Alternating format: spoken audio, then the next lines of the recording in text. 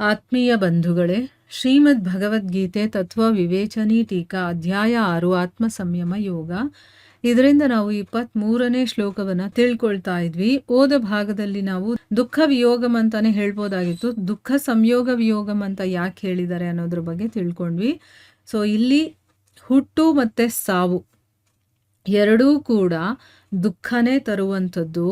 ದೃಷ್ಟ ಮತ್ತು ದೃಶ್ಯದ ಸಂಯೋಗ ಆಗುತ್ತಲ್ಲ, ಅದನ್ನು ಅಂದರೆ ಏನು, ನಮಗೆ ಅಜ್ಞಾನದಿಂದ ನಮಗೆ ಈ ಒಂದು ಪ್ರಪಂಚದಲ್ಲಿ ಒಂದು ಸಂಬಂಧ ಇದೆ ಅಂತ ನಾವೇ ಕಲ್ಪನೆ ಮಾಡ್ಕೊಂಡಿದ್ದೀವಿ. ಸೊ ಅದರಿಂದನೇ ನಮಗೆ ಹುಟ್ಟು ಸಾವು ಅನ್ನೋದಾಗೋದು. ಯಾವಾಗ ಇದರ ಅಭಾವ ಆಗ್ಬಿಡುತ್ತೋ ಆ ದುಃಖಗಳು ಕೂಡ ಕಂಪ್ಲೀಟಾಗಿ ಹೊರಟೋಗ್ಬಿಡುತ್ತೆ ಅನ್ನೋದಕ್ಕೋಸ್ಕರ ಇಲ್ಲಿ ಸಂಯೋಗ ಅನ್ನುವಂಥ ಶಬ್ದದ ಪ್ರಯೋಗವನ್ನು ಮಾಡಿದ್ರು ಅನ್ನೋದು ತಿಳ್ಕೊಂಡ್ವಿ. ಅದರ ಬಗ್ಗೆ ಪಾತಂಜಲ ಯೋಗ ದರ್ಶನದಲ್ಲಿ ಏನೆಲ್ಲ ಹೇಳಿದ್ದಾರೆ ಅನ್ನೋದನ್ನು ಕೂಡ ತಿಳ್ಕೊಂಡ್ವಿ. ಈಗ ಪ್ರಶ್ನೆ ಏನು ಅಂತಂದರೆ, ಇಲ್ಲಿ ತಮ್ಮ ಜೊತೆಗೆ ಯೋಗ ಸಂಜ್ಞಿತಂ ಅನ್ನುವಂತಹ ಒಂದು ಪದವನ್ನು ಪ್ರಯೋಗ ಮಾಡಿದಾರಲ್ಲ, ಅದರ ಅರ್ಥ ಏನು ಅಂತ ಕೇಳ್ತಾ ಇದ್ದಾರೆ.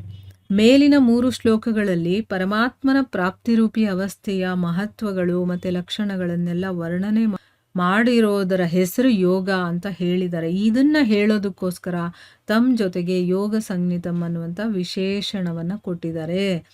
ಈಗ ಯೋಗ ಸಂಜ್ಞಿತಂ ಅಂತಂದರೆ ಯಾವುದರ ಹೆಸರು ಯೋಗ ಅಂತಿದೆಯೋ, ಅಂದರೆ ಈ ಹಿಂದಿನ ಶ್ಲೋಕಗಳಲ್ಲಿ ನಾವು ತಿಳ್ಕೊಂಡ್ವಿ ಯೋಗ ಅಂತಂದರೆ ಏನು, ಯಾವ ಸ್ಥಿತಿಗೆ ಅದನ್ನು ಹೇಳ್ತಾರೆ ಅನ್ನೋದನ್ನೆಲ್ಲ. ಅದನ್ನು ಅಂತ ಹೇಳೋದಕ್ಕೋಸ್ಕರ ಇಲ್ಲಿ ಈ ಪದವನ್ನು ಉಪಯೋಗ ಮಾಡಿದ್ದಾರೆ.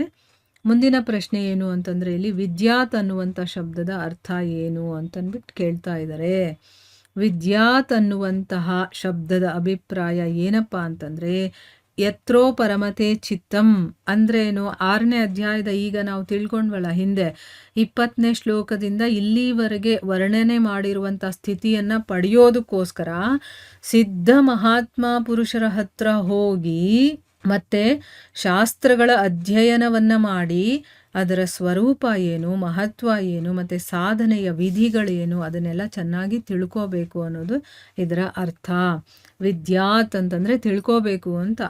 ಅಂದರೆ ಈಗ 2-3 ಶ್ಲೋಕಗಳಲ್ಲಿ ಭಗವಂತ ಹೇಳ್ದ ಧ್ಯಾನ ಅನ್ನೋದು ಏನು, ಅಥವಾ ಅದನ್ನು ಹೇಗೆ ಮಾಡೋದು, ಆ ಸ್ಥಿತಿ ಬಂದಾಗ ಹೇಗಿರ್ತಾರೆ ಅದನ್ನೆಲ್ಲ ಹೇಳಿದ್ರಲ್ಲ. ಅದಕ್ಕೋಸ್ಕರ ನಾವು ಆ ಸ್ಥಿತಿಯನ್ನು ಪಡೆಯೋದಕ್ಕೋಸ್ಕರ ಆಲ್ರೆಡಿ ಸಿದ್ಧಪುರುಷರು ಇರ್ತಾರಲ್ಲ, ಅವ್ರ ಹತ್ರ ಹೋಗ್ಬಿಟ್ಟು ಶಾಸ್ತ್ರಗಳನ್ನು ಅಧ್ಯಯನ ಮಾಡಿ ಅದರಲ್ಲಿ ಏನಿದೆ, ಅದರ ಸ್ವರೂಪ ಏನು, ಮಹತ್ವ ಏನು, ಸಾಧನೆ ಹೇಗೆ ಮಾಡೋದು ಅದನ್ನೆಲ್ಲ ತಿಳ್ಕೋಬೇಕು ಅನ್ನೋದು ಇದರ ಅರ್ಥ.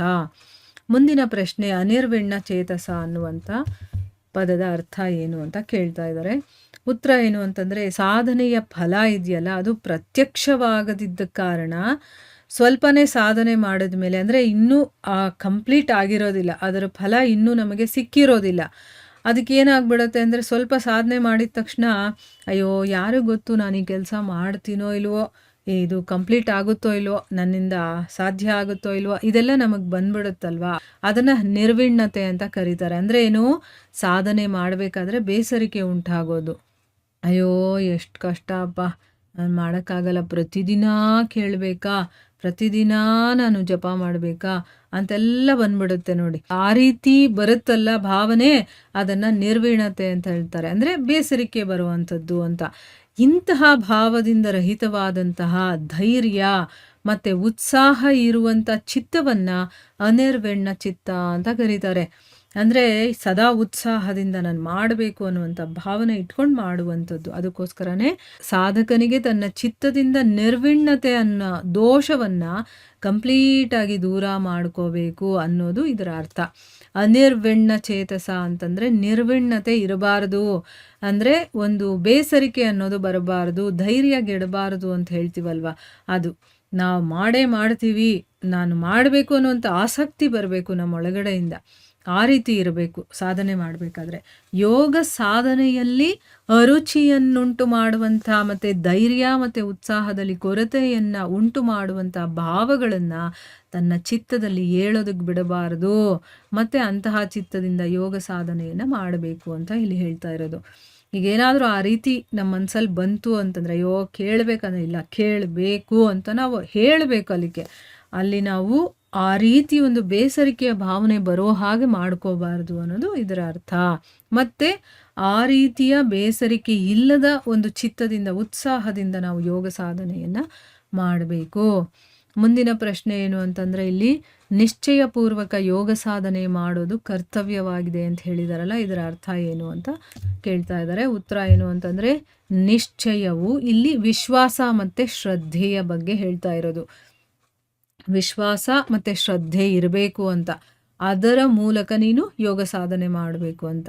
ವಿಶ್ವಾಸ ಮತ್ತು ಶ್ರದ್ಧೆನೇ ಇಲ್ಲದೆ ಇದ್ದರೆ ನಾವು ಏನೂ ಮಾಡೋದಕ್ಕೆ ಸಾಧ್ಯ ಇಲ್ಲ. ಆ ಒಂದು ವಿಷಯದಲ್ಲಿ ನನಗೆ ವಿಶ್ವಾಸ, ನಂಬಿಕೆ ಇರಬೇಕು, ಅದರಲ್ಲಿ ಶ್ರದ್ಧೆ ಕೂಡ ಇರಬೇಕು. ಯೋಗಿಗೆ ಯೋಗ ಸಾಧನೆಯಲ್ಲಿ ಅದರ ವಿಧಾನವನ್ನು ತಿಳಿಸುವಂಥ ಶಾಸ್ತ್ರಗಳಲ್ಲಿ, ಆಚಾರ್ಯರಲ್ಲಿ ಮತ್ತು ಯೋಗ ಸಾಧನೆಯ ಫಲದಲ್ಲಿ ಪೂರ್ಣ ರೂಪದಲ್ಲಿ ಶ್ರದ್ಧೆ ಮತ್ತು ವಿಶ್ವಾಸವಿರಬೇಕು. ಮತ್ತು ಯೋಗ ಸಾಧನೆಯನ್ನೇ ತನ್ನ ಜೀವನದ ಮುಖ್ಯ ಕರ್ತವ್ಯ ಅಂತ ತಿಳ್ಕೊಂಡು ಪರಮಾತ್ಮನ ಪ್ರಾಪ್ತಿರೂಪಿ ಯೋಗ ಸಿದ್ಧಿಯನ್ನು ಧ್ಯೇಯವಾಗಿಟ್ಕೊಂಡು ದೃಢತೆಯಿಂದ, ತತ್ಪರತೆಯಿಂದ ಅದರ ಸಾಧನೆಯಲ್ಲಿ ನಿರತನಾಗಿರಬೇಕು ಅನ್ನೋದು ಇದರ ಅಭಿಪ್ರಾಯ. ಈಗ ನಾವು ಈ ಶಾಸ್ತ್ರಗಳನ್ನು ಯಾಕೆ ತಿಳ್ಕೊಳ್ತಾ ಇದ್ವಿ ಅಂತಂದರೆ, ಭಗವಂತನನ್ನು ಪಡಿತೀವಿ ಅನ್ನುವಂಥ ಒಂದು ನಮಗೆ ವಿಶ್ವಾಸ ಇದೆ. ಅದಕ್ಕೋಸ್ಕರನೇ ಮಾಡ್ತಾ ಇದ್ದೀವಿ ತಾನೇ. ಅದರಲ್ಲಿ ಯಾವತ್ತೂ ಕೂಡ ಹಿಂದೇಟಾಗಬಾರ್ದು. ಅಲ್ಲಿ ನಮಗೆ ಏನೇ ಪ್ರಾಬ್ಲಮ್ ಬಂದರೂ ಕೂಡ ಅದರಲ್ಲಿ ಉತ್ಸಾಹ ಕಡಿಮೆ ಆಗಬಾರ್ದು, ನಮ್ಗೆ ಅದರಲ್ಲಿರುವಂಥ ನಂಬಿಕೆ ಹೋಗಬಾರ್ದು. ಆ ರೀತಿ ಮಾಡಬೇಕು. ನಮಗೆ ಅಡಚಣೆಗಳು ಬರೋದು ನಿಜಾನೇ, ಆದರೆ ಅದರಿಂದ ಧೃತಿಗಿಡಬಾರ್ದು. ನಮ್ಮ ಒಂದು ಧ್ಯೇಯ ಏನಿದೆಯೋ ಹಾಗೇ ಇರಬೇಕು. ಅದನ್ನು ಪಡೆಯೋವರೆಗೂ ನಾವು ಬಿಡಬಾರ್ದು. ಆ ರೀತಿ ಕಂಪ್ಲೀಟಾಗಿ ನಾವು ಶ್ರದ್ಧೆ ಮತ್ತು ವಿಶ್ವಾಸದಿಂದ ಇರಬೇಕು. ಅದನ್ನು ಇಲ್ಲಿ ಹೇಳ್ತಾ ಇದ್ದಾರೆ. ಯೋಗ ಸಾಧನೆ ಮಾಡಬೇಕಾದ್ರೆ ಅದನ್ನು ಹೇಳ್ಕೊಡ್ತಾರಲ್ಲ, ಆ ಆಚಾರ್ಯರಲ್ಲಿ ಮತ್ತು ಶಾಸ್ತ್ರಗಳಲ್ಲಿ ಅದರ ಬಗ್ಗೆ ಮಾಹಿತಿಗಳಿರುತ್ತಲ್ಲ, ಅದನ್ನು ತಿಳ್ಕೊಳ್ಳುವಂಥ ಒಂದು ವಿಚಾರಗಳಲ್ಲಿ ಮತ್ತು ಯೋಗ ಸಾಧನೆಯ ಫಲ ಇದೆಯಲ್ಲ, ಸಿಕ್ಕೇ ಸಿಗುತ್ತೆ ಅನ್ನುವಂಥ ಆ ಫಲದ ಬಗ್ಗೆ ಕೂಡ ನಮಗೆ ವಿಶ್ವಾಸ ಇರಬೇಕು. ಆ ಶ್ರದ್ಧೆ ವಿಶ್ವಾಸ ಇದ್ದು ಯೋಗ ಸಾಧನೆಯನ್ನೇ ತನ್ನ ಜೀವನದ ಮುಖ್ಯ ಕರ್ತವ್ಯ ಅಂತ ತಿಳ್ಕೊಂಡು ಬೇರೆ ಎಲ್ಲ ನನಗೆ ಮ್ಯಾಟ್ರ್ ಆಗೋದಿಲ್ಲ. ನನ್ನ ಜೀವನದ ಮುಖ್ಯ ಕರ್ತವ್ಯ ಏನು ಅಂತಂದರೆ ನಾನು ಸಾಧನೆಯನ್ನು ಮಾಡುವಂಥದ್ದು ಅಂತ ತಿಳ್ಕೊಂಡು ಆ ಭಗವಂತನ ಪ್ರಾಪ್ತಿಯನ್ನೇ ನನ್ನ ಧ್ಯೇಯವಾಗಿ ಇಟ್ಕೊಂಡು ದೃಢತೆಯಿಂದ, ತತ್ಪರತೆಯಿಂದ ಮಾಡ್ತಾ ಇರಬೇಕು. ಅದನ್ನು ಮಾಡದೇ ಇದ್ದರೆ ನನಗೆ ಆಗಬಾರ್ದು, ಅಯ್ಯೋ ನಾನು ಮಾಡಲಿಲ್ವಲ್ಲ ಅನ್ನುವಂಥ ಆ ಒಂದು ಕಿಚ್ಚಿರಬೇಕು ನಮಗೆ.